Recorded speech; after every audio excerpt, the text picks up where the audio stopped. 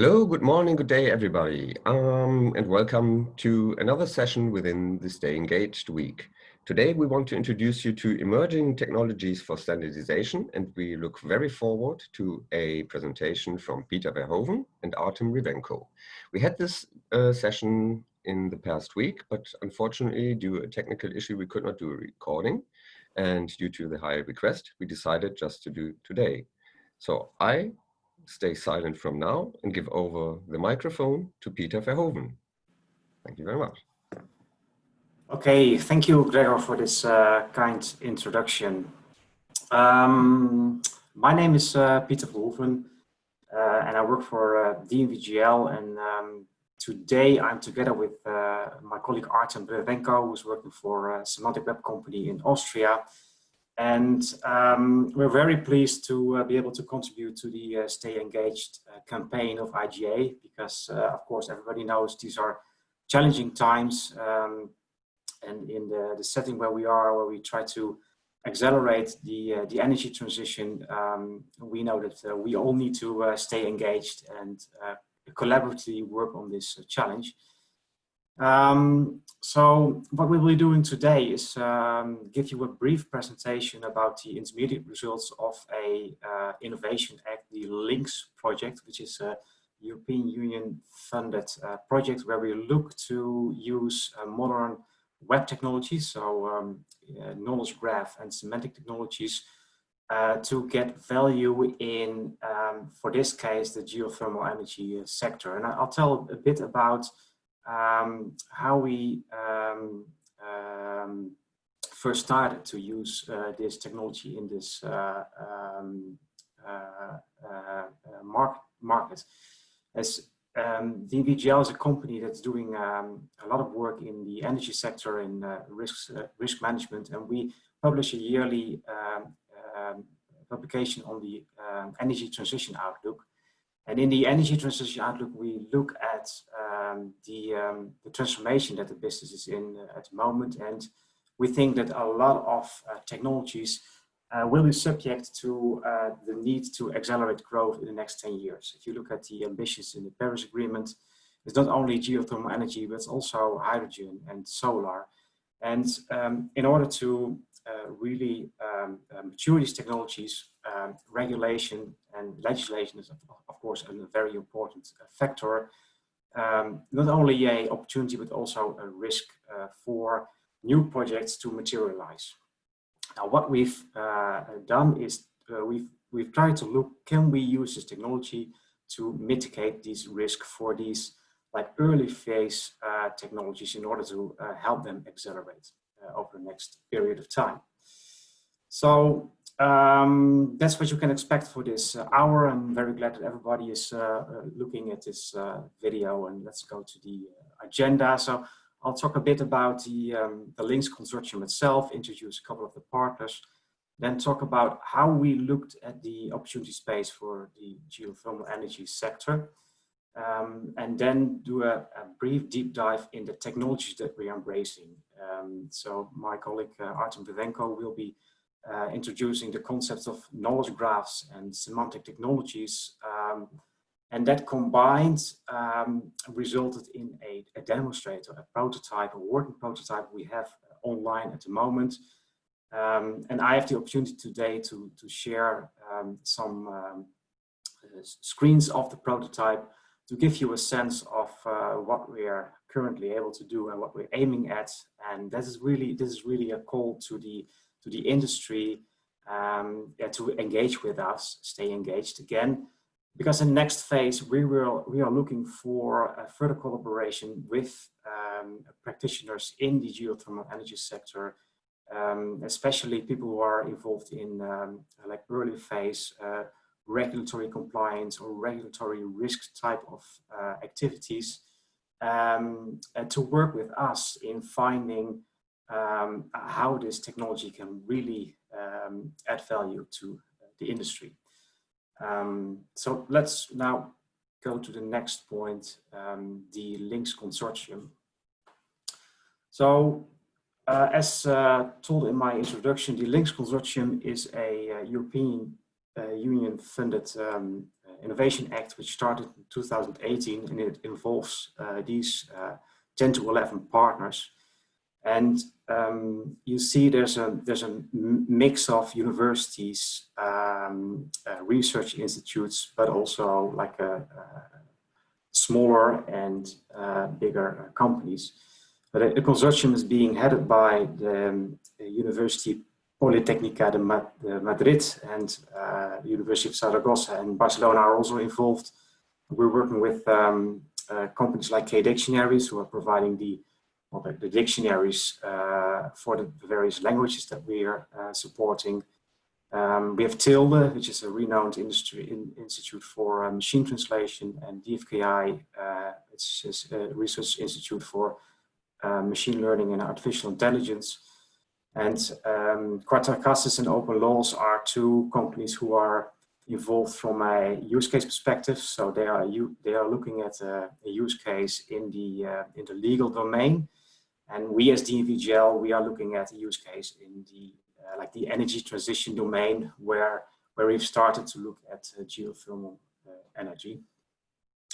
Now, if you're interested in more details about the consortium, please visit this URL, which is in the title of this slide, and you find some more of the deliverables and the process we've made so far.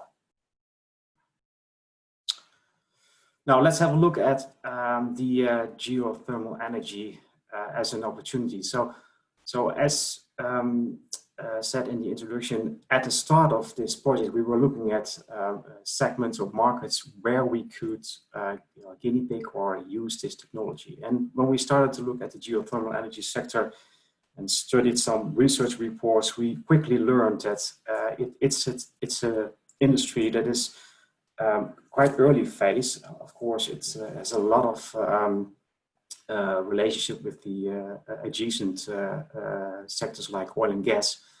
But more important, if you look at the ambitions and the way it could contribute to the Paris Agreement in 2030 and 2050, then there are a lot of challenges we've learned.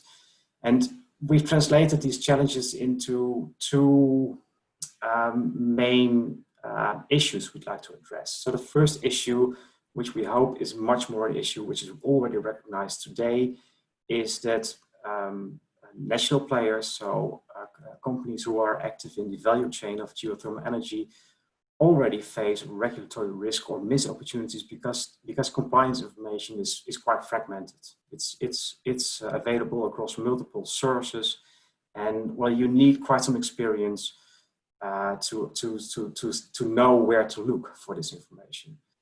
So our first question is, how can we generate value by connecting these information resources and provide more relevant information at the time of action and in a very quickly to people who might use it.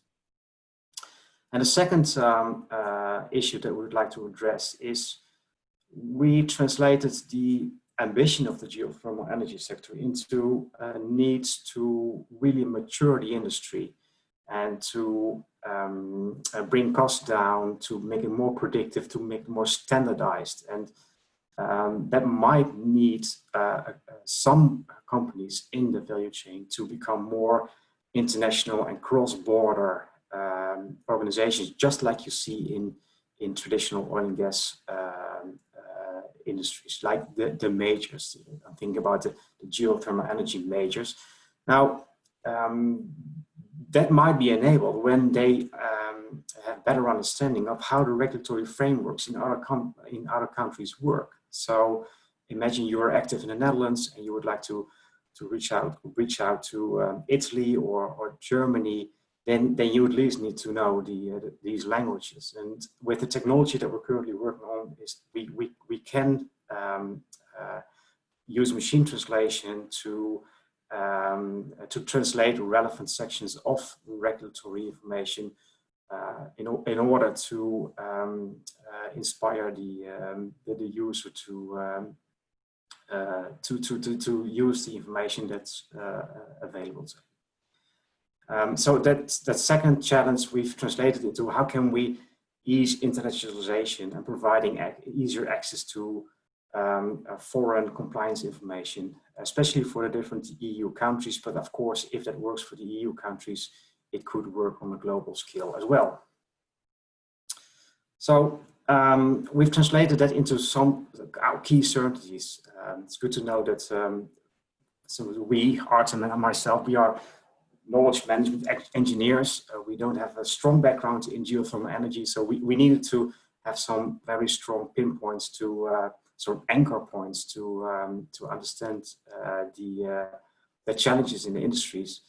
And for geothermal energy, it was like the level of fragmentation of information, which is not only in a specific country, but it's an issue in multiple countries. We've learned the growth that's needed. So overall, the ambitions of the energy transition in the EU is quite significant, and the potential contribution of geothermal energy is, of course, significant.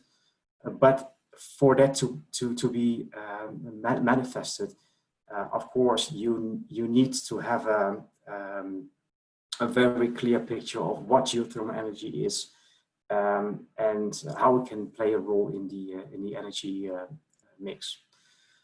Third point is so it needs to be matured. So geothermal energy is in its infancy. It's like the genesis of this industry, and we might see a much more matured industry in the upcoming 5 to 10 years, and that needs to be accelerated, of course. And overall, technical and commercial risk need to be controlled, need to be brought down, preferably.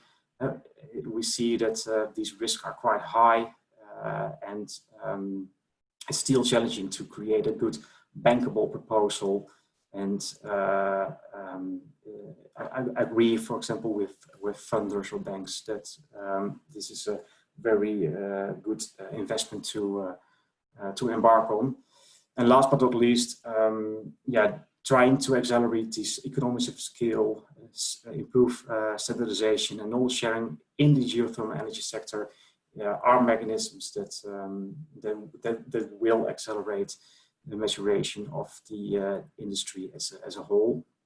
And that's, of course, something we can drive on a European scale, but also on a global scale. And I think that's also very important to collaborate with the IGA on, because we know the IGA is also putting this topic quite high on the agenda. Now, this is the next slide we'd like to share is probably recognized by most of the audiences. It's a picture that we took from a recent report from IRENA, and it displays a very nice picture of the various the project life cycle of a geothermal energy project, where you see that on average it takes 5 to 6 years before a project starts creating heat or cooling and thus revenues. And in that period, the risks are quite high. And if you cannot rely on regulations, or you don't have the right information or the latest content about the regulations in a specific country, it introduces, of course, additional risks. So what we aim to do is to see how can we reduce this risk profile in the early phase of a geothermal energy project. And the picture on the right gives you an overview of this one of the amount of geothermal energy, the stakeholders that are involved. So I know that the fonts are hardly readable, but every circle represents a specific segment of stakeholders that are somehow involved in this in the project lifecycle of a geothermal energy project, and somehow need or rely on the latest regulatory information. Now we tried ourselves.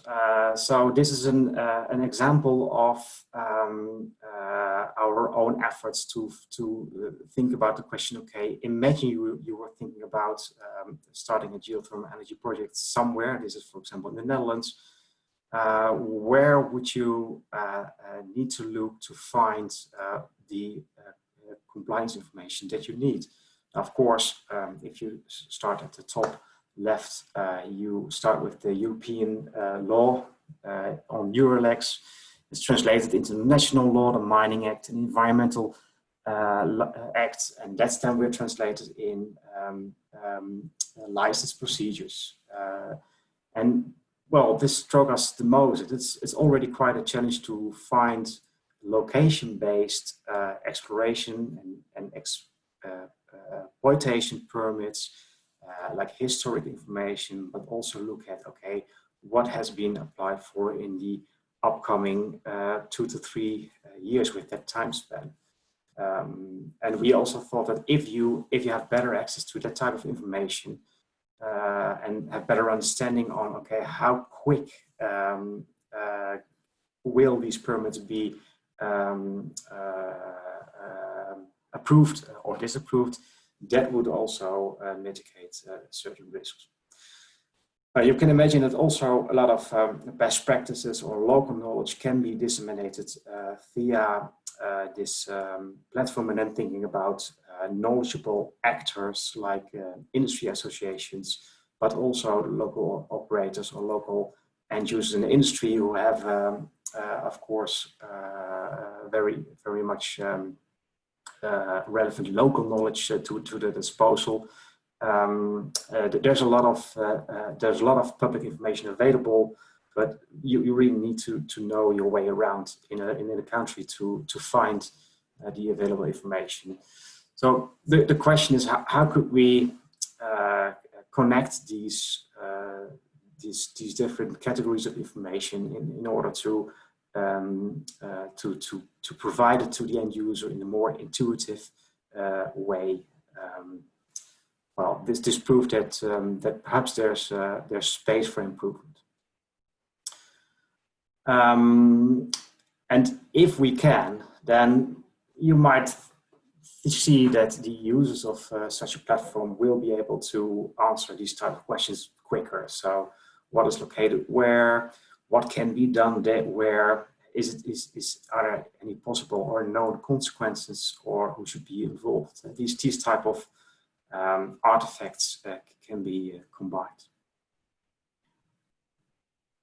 Now, the last slide about the opportunity space was really sparked by one of the recent webinars by Irina, where we heard a story from Marie Blommer from IGA about her call that the geothermal energy needs a strategy, and especially on those four elements on legislation, regulation, standardization, and awareness. And her message was really that you could say that every geothermal energy project is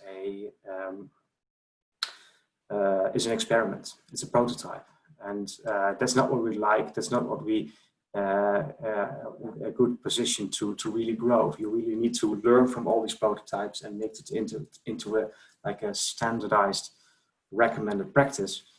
And that needs legislation to have a better understanding of what heat and what cooling is, and how geothermal energy can be related to other renewable resources or mined resources, for example.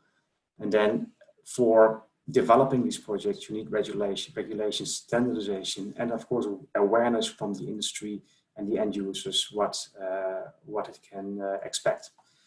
Now, we translated that into a technology pull and push perspective. So we thought, okay, on the one hand, you see the geothermal energy supply chain who can offer their technology, but they need to have confidence and trust in that they are covered from a legislative perspective, and they fit the regulation, of course. just like you see in other industries. And on the other hand, you see the demand side. So industries, but also municipalities and countries are currently looking around. They are developing their regional energy strategies. And they also need to know, okay, if I put geothermal energy in my energy mix, what can I expect? What should I take into account? So there's a huge awareness challenge also to involve the demand side of the market. And well, both sides of the coin have a relation to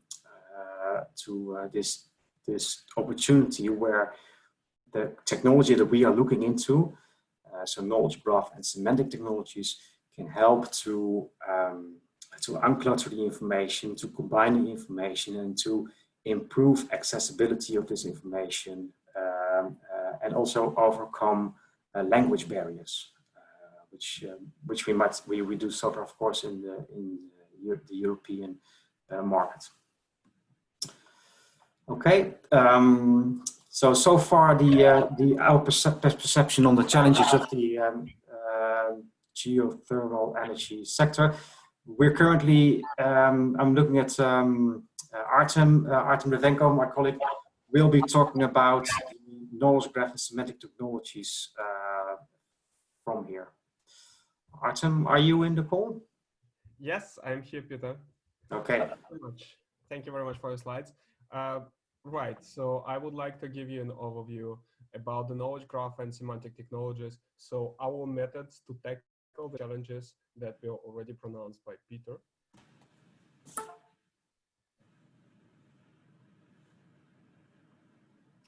And in this first slide, I would like to start with the hype cycle that is developed by Gartner. So this hype cycle is used as a way to give an overview at the landscape of emerging IT technologies and provide an idea about the maturity and readiness of those tools. At the bottom of the slide, you can see the different color schemes and symbols used for the readiness level. And as you can see, the knowledge graphs were estimated to be ready 5 to 10 years as of July 2018. So if everything went well over the previous 2 years, then now it's already 3 to 8 years. Right, and what Gartner writes about those knowledge graphs is you can see that the rising role of content and context for delivering insights with artificial intelligence technologies, as well as recent knowledge graph offerings for AI applications, have pulled knowledge graphs to the surface. So actually what I said here is that such a prominence of knowledge graphs is connected with the ability to connect different data silos and also to provide some insights into the decisions made by AI. Good. But let's have a closer look. Why do we like knowledge graphs and how they are used? So first of all, we would like to mention that most of you actually deal with knowledge graphs on a daily basis, because when you do a search query in Google, then often on the right-hand side, you have a kind of a structured result output, as you can see here with the example of Microsoft Corporation. The difference between the normal search output and what you see on the right-hand side is that here on the right-hand side, the data is actually structured. So you can see, for example, such fields as customer service, and then you can see the phone number. So if you're going to look for some other company, and if the information about their customer service is stored in the Google's knowledge graph, then you would see exactly the same boldface saying customer service and then a different phone number. More than that, if you would Google that in a different language, then you would see the customer service translated to that language. This is the top of the iceberg, so to say, that knowledge graph, what knowledge graph allows us. But actually, you can imagine that this kind of structured and machine-readable information is immensely useful for other downstream applications. And we will come to an example Now, well, what does this knowledge graph look like if you have a zoom in and would like to have a closer look? Here I have a tiny example of a knowledge graph about Austrian cuisine. First of all, you can see that the unit of knowledge graph is a triple, like you see here. We have some URI, then we have the predicate, what stands in the middle. In this case, it says that this URI has a preferred label, and then the value of the label itself. In this case, Wiener Schnitzel. Good. At the bottom, you can see that both Wiener Schnitzel and Palatschinken are part of Austrian cuisine.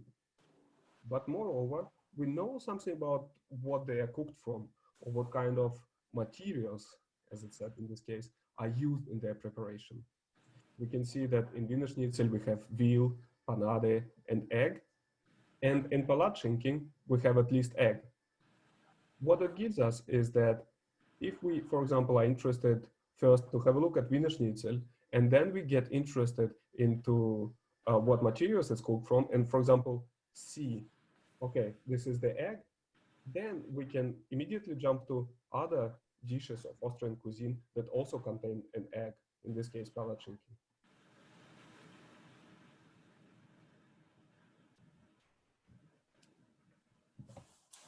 But as I said, so we love the knowledge graphs not only because they are on the Gartner hype cycle, but also because knowledge graphs help us to actually benefit from the implicit knowledge that is already in our data. Actually, knowledge graph makes implicit knowledge explicit. It verbalizes it. As you have seen in the previous example, we can explicitly say that egg is a material that is used. If you compare this to a data table, then in the data table, you just have columns, and it is not necessarily explicitly said what each column is meant. So knowledge graphs help us to make semantics explicit, to show the meaning of the data besides the data itself.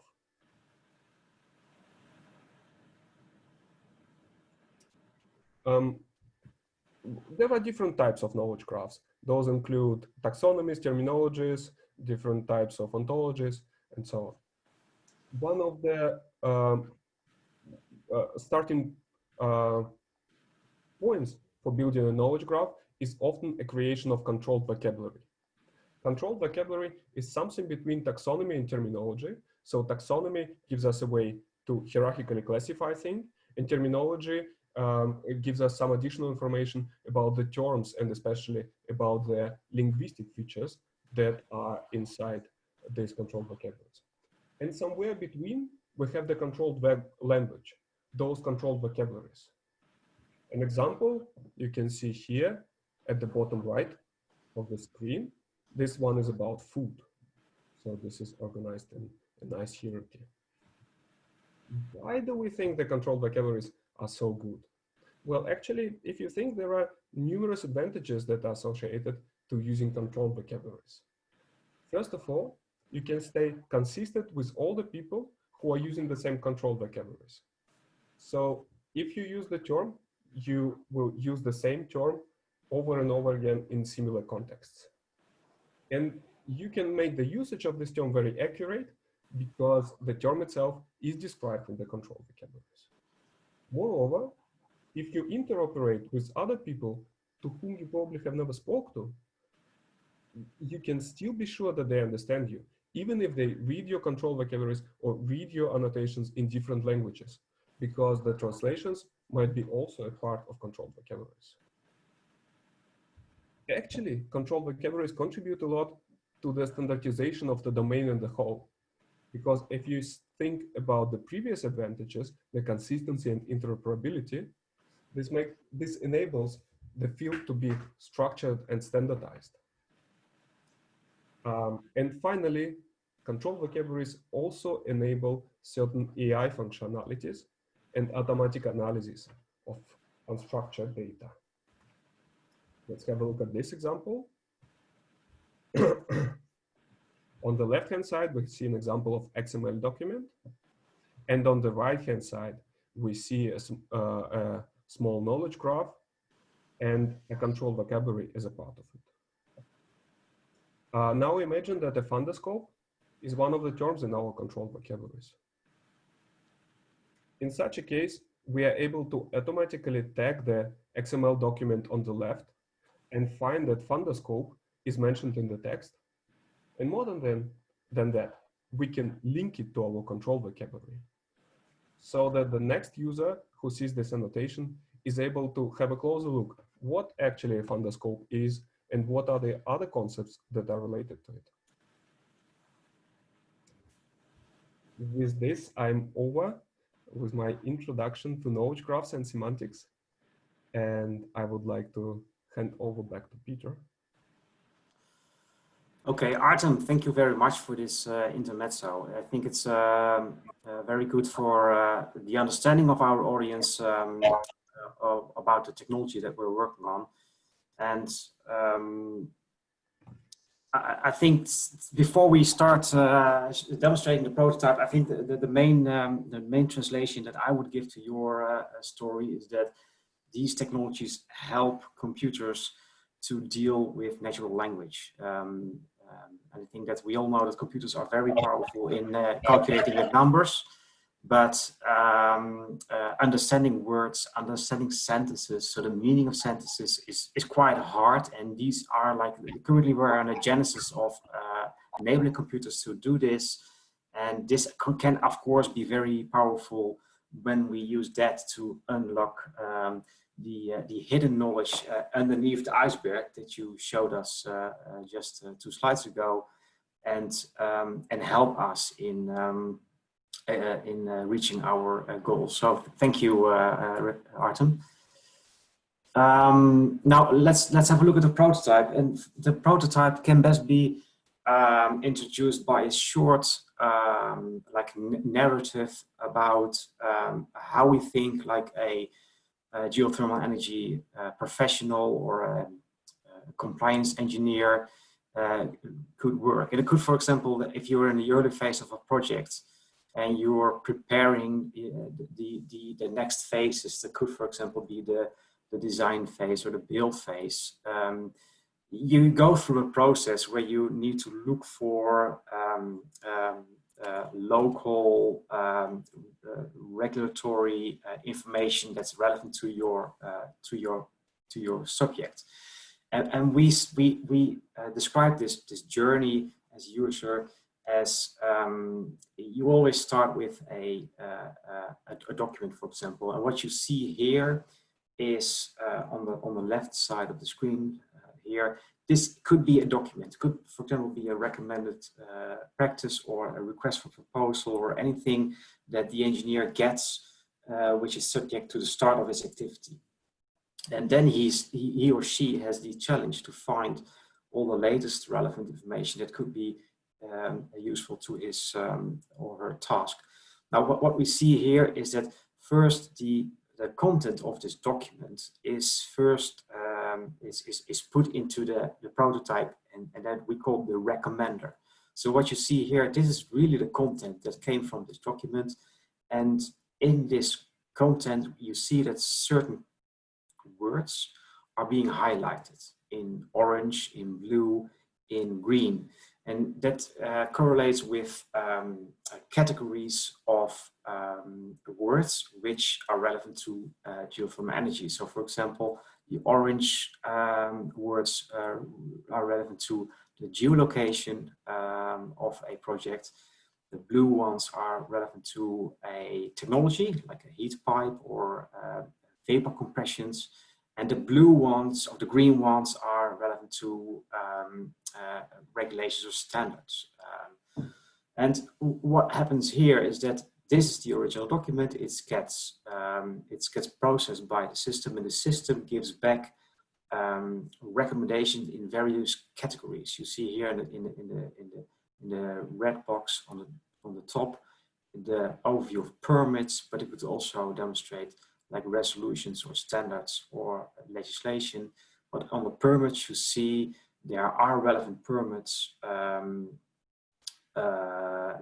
relevant to, for example, the location that was found in the original text, and the permit can even be translated. Now, This was, for example, a permit that was originally published in Dutch, but the system translated a summary into English, as for example, the user might be English speaking. So that's what's the core functionality is what we have in the prototype right now. And you might imagine that if you look at the story that Revenko just shared with us, if we mature on the vocabulary for geothermal energy, that means that we standardize the terms that we use, and also in every language we have the same terms that we use for a doublet, drilling, heat, aquifer, all these terms. That makes it quite easy to reuse and use each other's content and further contribute to standardization of the industry. Now, I would like to show you a screen up of the real demonstrator. So what you just saw was a mock-up, was a sketch. And this is a screen up of the real demonstrator, which is, as you see, it's in a browser. And it starts with a drop zone where you can drop the file of interest. Again, I use here the same file. You drop it on the drop zone, and then you get the result page. And I understand this is not as fancy as the prototype we just showed, but what you see here is the original file that we used.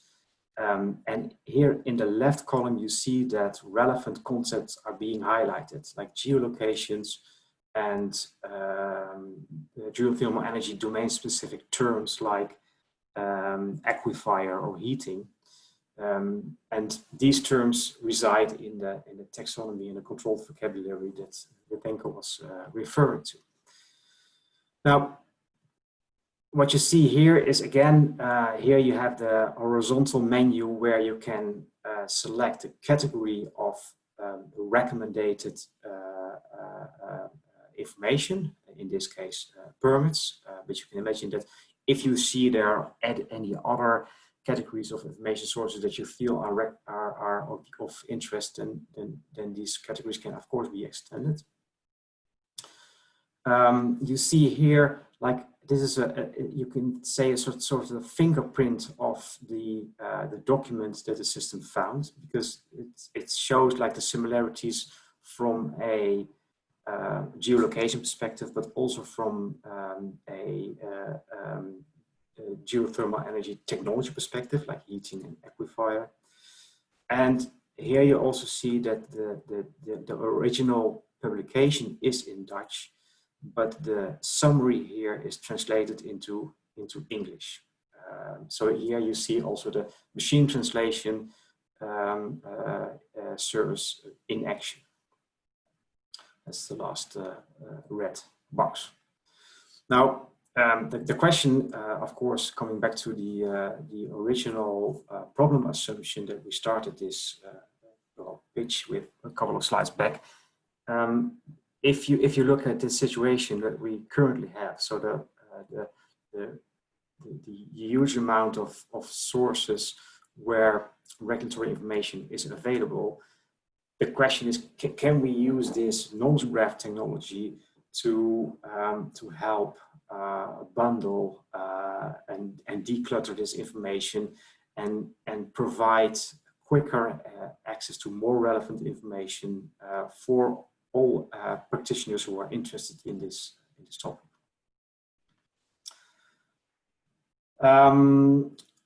So this is more or less the online version that we have. We are happy to show it to people who are interested, and therefore we'd like to talk a bit about the next phase, how we envision the next phase. So the project that we are working on will be ended in March 2021. So we still have quite some time to go, and with the current prototype in place, we are ready to accelerate the collaboration with the industry. So it's very coincidental that we are in this Stay Engaged week with the IGA, because this is really the phase where we are in. We would like to stay engaged with the industry and call for your participation. So we will be preparing some more dissemination activities where we update you on the progress we've made on this prototype. But we would like to call to everybody, if you're interested in this technology, or you get inspired by this technology, you see any subject where you think this might help the industry, yeah, we are looking forward to get in touch with you, and we can always see how we can accommodate your use case into our prototype, and to see if that can be something that would help the industry. Yeah, so we are looking for like some sort of a crowdsourcing process to also invite you to share current sets of regulatory information preferably in your national language, because then we can also test the system whether the machine translation performance is working as we expected. And of course, in the broader sense, if you see any other use cases in the geothermal energy domain next to like regulatory information or legislation or standardization, or even like a broader knowledge sharing, we are very happy to get in touch with you. Before I go to the last slide, which is the slide with our contact details, I'd like to hand over the microphone to Gregor. Gregor, are you? Shall we do some final notes on the presentation? Final notes on the presentation. Any questions from your side, or remarks? Should we emphasize some other aspects to our audience? Well, first of all, I would like to thank you for this great presentation so far, you both. That was really wonderful and very inspiring. And I think you definitely hit a significant topic here in geothermal, in a fragmented community like geothermal, because knowledge is the key for a solid foundation for project development, and not just in geothermal. So I really like this semantic language approach over the knowledge graph, and also this, what I personally, of course, very much is the sample with the Austrian cuisine that gives I think not just me, also the audience, a good understanding what is really behind this. So overall, I think this can definitely create a huge value for the geothermal development. And but one thing that I'm asking myself is, so all to create these knowledge graphs and so on, you require very likely many information in a digitized version to process these information, these data. Yeah. Is it easy to find these information, or is this something where you could require some support? Thank you for the question. Very good question. And the answer is no. It's quite hard to find, actually. So I myself spent quite some effort to get an overview for the Netherlands, but I also tried for Germany and Italy, and then I encounter like already language barriers, because my Italian and German language is not that good anymore. So I think that's the call to the industry. So if you resonate with this story, and you know about the key resources, where to find like the official sources for the exploration and exploitation permits in your local language, your local country, it would be ideal if they are online, of course. But if they're not online, yeah, we need to be creative. But that would be absolutely something that would help us tremendously. I would like to invite everybody to reach out, contact us, and then we seek out how we can further collaborate. Great, great. And how is it actually, if someone is interested in a live demonstration of your prototype, could this group of people reach out to you? Yeah, absolutely. Super. So they can reach out to you. So I'll just hop to our last screen where you again see like our contact information. You have the Twitter handle here in gray. It's hardly readable. It's links age 2020. But you can contact myself or Artem directly, or contact IGA, so you yourself. And what we will do is we will gather a cohort of interested participants, and then we will initiate and also announce a follow-up webinar or call where we might actually also just show the demonstrator and share the link for testing purposes.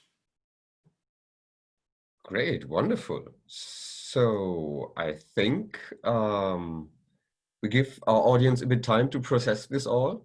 Yeah. And again, I thank you very, very much for this great presentation. And also our audience, thank you very much. And please all stay engaged. Yes, thanks for giving us the opportunity. Thank you very much for this opportunity.